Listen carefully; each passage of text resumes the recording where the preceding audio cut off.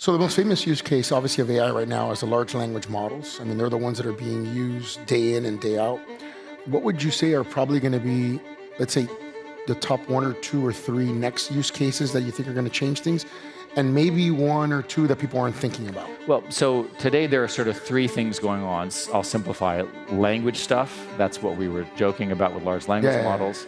There's something called the agentic revolution, where you have agents. An agent takes language in, it has memory, and it produces something. So it says, I want to do a conference in Miami. And it selects the venue, and then it calls the mayor, and the mayor says yes, because the mayor is very pro-business. And then it calls the security people, and then it calls the contractors, and then it designs the stadium. Each of these is a work plan, right? Over and over again, that's workflow. Workflow is what happens in business. The technical industry believes two things. First, the scaling laws, which are the laws of improvement, are not slowing down. The crazy investment that you see is there for a reason. They're seeing the kind of gains, this factor of 10 every year, are continuing to come. It's pretty amazing. And most importantly, with that investment comes everything else that we talked about. It's enormously expensive.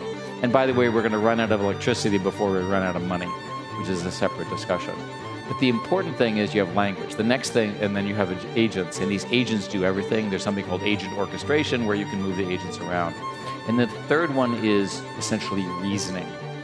You now have systems that can pass math tests, chemistry tests, biology tests, and so forth at the graduate level and beat the humans. That's really remarkable. And I've watched them, and I have no idea what problems they're solving. And you can watch them go forward, it doesn't work, they problem solve like a human being.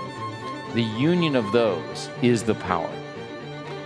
That will give us the power to innovate, to address our problems. And the thought experiment that I would give you is, let's imagine that one of the American companies, I obviously have my own bias, but we'll pick somebody else, whoever, manages to get to the point where these systems can solve problems that humans have never been able to solve. What is the value of that company? How many trillions of dollars in one company? Infinity. Right, it's literally, I mean, think about all the problems you face every day, and it can solve every one of them. And you can sit there and drink coffee and, sort of My wife just solves most of them, but that's okay. That's right.